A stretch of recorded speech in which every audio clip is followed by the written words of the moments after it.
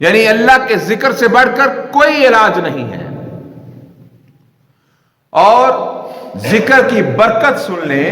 ہم بھی ذکر کے لیے بیٹھے ہیں. بخاری شریف کی حدیث ہے، صحیح بخاری کی.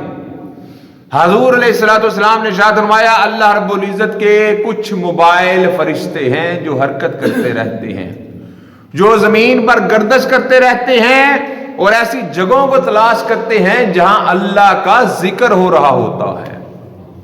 جس طرح ہم ذکر کے لیے بیٹھے ہیں،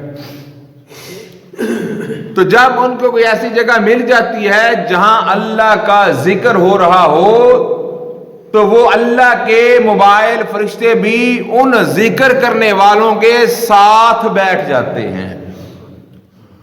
اور ان فرشتوں کی تعداد اتنی ہے کہ زمین اور آسمان ان سے بھر جاتا ہے. یعنی زمین اور آسمان کا جو خلا ہے ان فرشتوں کی تعداد سے وہ پر ہو جاتا ہے. اتنی تعداد کے اندر، یعنی خربوں کی تعداد کے اندر وہ فرشتے ہوتے ہیں.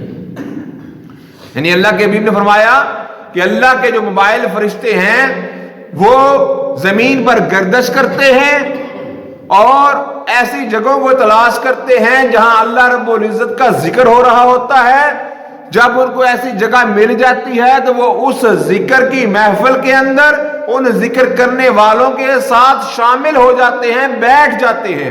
اور ان کی تعداد اتنی ہے کہ جتنا زمین اور آسمان کے درمیان خلا ہے وہ سارا خلا ان فرشتوں سے پر ہو جاتا ہے. اور جب ذکر کی محفل ختم ہو جاتی ہے تو صحیح بخاری کے الفاظ ہیں، حضور علیہ الصلوۃ والسلام نے ارشاد فرمایا وہ فرشتے ان ذکر کرنے والوں کے لیے 3 دعائیں کرتے ہیں. پہلی دعا اللہم اغفر لہ، یا باری تعالی ان کو بخش دے، ان کی مغفرت فرما دے.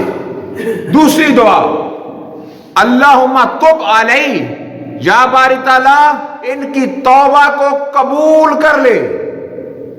تیسری دعا اللہم ارحم، یا باری تعالی ان ذکر کرنے والوں پر اپنی رحمت کا نزول فرما. اب وہ خربوں کی تعداد میں زمین اور آسمان کے خلا کو پر کر دینے والے فرشتے بندے کے حق کے اندر یہ 3 دعائیں کرتے ہیں. تو یاد رکھیے گا فرشتوں کی دعا رب کبھی رد نہیں کرتا. دنیا کا جتنا مرضی کوئی بزرگ ہو، کوئی پیر ہو، کوئی ولی اللہ ہو، کوئی دعوے سے نہیں کہہ سکتا کہ میری دعا کبھی رد نہیں ہوئی. مگر یاد رکھیے گا اللہ کے فرشتوں کی دعا کبھی رد نہیں ہوتی. کیوں؟ رب کے فرشتے تب تک دعا ہی نہیں کرتے جب تک اللہ کا حکم نہیں ہوتا، اور اللہ تب تک اپنے فرشتوں کو اپنی مخلوق کے لیے دعا کرنے کا کہتا ہی نہیں جب تک رب اپنے اس بندے سے راضی نہیں ہو جاتا. جب رب اپنے بندے سے راضی ہوتا ہے تو پھر فرشتوں کو کہتا ہے کہ فرشتوں اس بندے کی حق کے اندر دعا کرو. اور جب فرشتے دعا کرتے ہیں رب ان کی دعا کو قبول فرما لیتا ہے. جو آپ ذکر کے لیے چند گھڑیاں نکالتے ہیں، اس کے حوالے سے تو ہزاروں حضور کے فرمودات ہیں جن کو بیان کرتا بندہ تھک جائے، مگر حضور کے فرمودات ختم نہیں ہوتے. تو یہ مت سمجھیے کہ آگے ہم 2-4 منٹ یا 10 منٹ یا 15 منٹ یا آدھا گھنٹہ یہاں بیٹھ جاتے ہیں تو ہمارا وقت ضائع ہو جاتا ہے. عمل کرنا بڑا اعلیٰ ہے، بڑا عمدہ ہے، کرنا چاہیے. اگر کوئی عمل کے اندر سستی بھی کرے گا تب بھی اس کو اس ذکر کی مجلس کے اندر بیٹھنے سے رب فائدہ عطا فرمائے گا. پہلا فائدہ تو یہی سن لیا آپ نے کہ آپ کے بیٹھنے سے آپ کے حق کے اندر رب کے خربوں فرشتے جو ہے وہ دعا کر رہے ہیں اللہم اغفر لہ، اللہم تب علیہ، اللہم مرحم، اللہم مرحم.